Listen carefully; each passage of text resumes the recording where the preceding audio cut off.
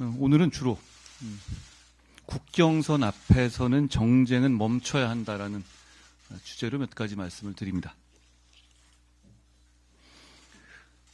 중국에서 반간첩법의 적용을 받아서 대한민국 국민이 구금됐습니다. 우리 국민이 중국의 반도체 기술 등을 유출한 혐의가 있다라는 주장인 것 같고요. 지난해 중국에서 간첩 혐의의 범위를 크게 늘린 개정법을 만들었는데 그걸 적용해서 장기간 구금 중인 것으로 알려졌습니다. 먼저 우리 외교 당국이 더 적극적으로, 더 실효적으로 대한민국 국민 보호에 나서주기를 요청합니다.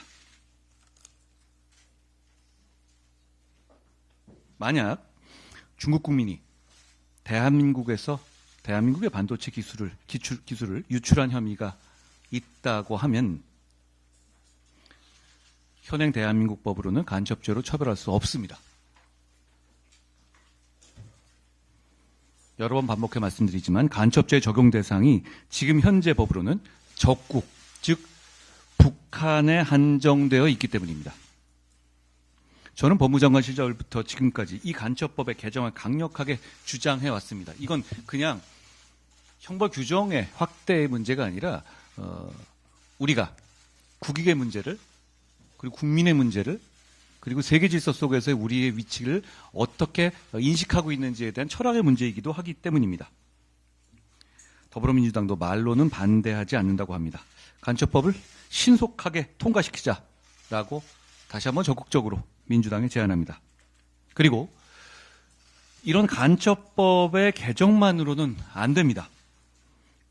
간첩법이 바뀌더라도 이 간첩법을 적용해서 제대로 수사할 곳이 민주당 정권의 대공수사권 폐지로 사라져버렸기 때문입니다. 그렇기 때문에 대공수사권의 정상화가 반드시 수반되어야 합니다. 여러분, 우리 반도체 기술이 외국으로 빼돌려지는 것을 막는 법을 만들고 그 수사를 할 수 있도록 하자는 것에 반대할 국민들은 거의 없을 것이라고 저는 확신합니다. 우크라이나 전쟁에 북한이 참전한 상황에서 더불어민주당 측의 반응이 이해하기 어렵습니다. 북한을 비판하는 것이 아니라 우리 대한민국 정부를 의심하고 불신하고 비판하고 그래서 국민 불안을 키우는 데 앞장서고 있습니다. 그러지 말아야 합니다. 국가와 국민의 안전과 평화가 달린 이런 상황에서는 다수당의 이런 언행이 국익을 해하는 겁니다. 다시 말씀드리지만 정쟁은 국경선 앞에서 멈춰야 합니다.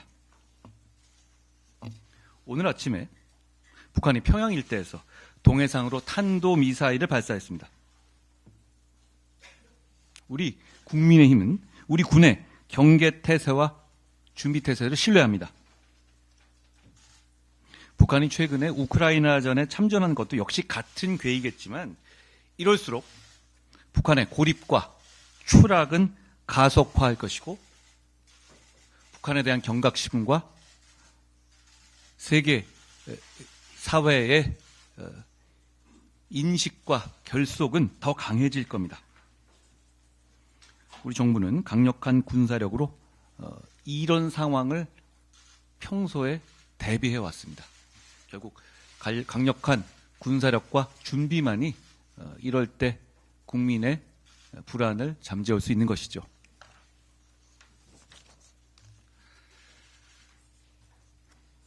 특별감찰관은 과거 비위를 조사하는 기능도 물론 있지만 주로 미래의 비위를 예방하고 감시하는 데 중점을 둔 제도입니다.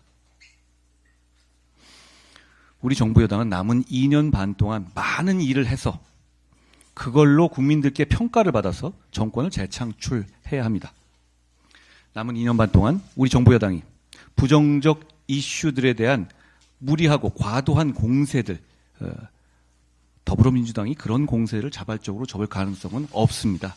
이런 공세들을 방어하는 데 시간과 힘을 쏟지 않고 민생에 집중하기 위해서 미래 비위를 예방할 특별감찰관을 지금 임명하는 것이 필요하고 국민과 지지자들의 걱정을 덜어드릴 수 있을 것이라고 저는 생각합니다. 우리가 주체가 되어 개선책을 주체적으로 실천해야 한다라는 말씀을 드립니다. 어제 당대표 그리고 최고위원님들 취임 100일이었습니다. 저희가 부족한 부분을 채워가면서 더 잘하겠다는 말씀을 드립니다. 고맙습니다.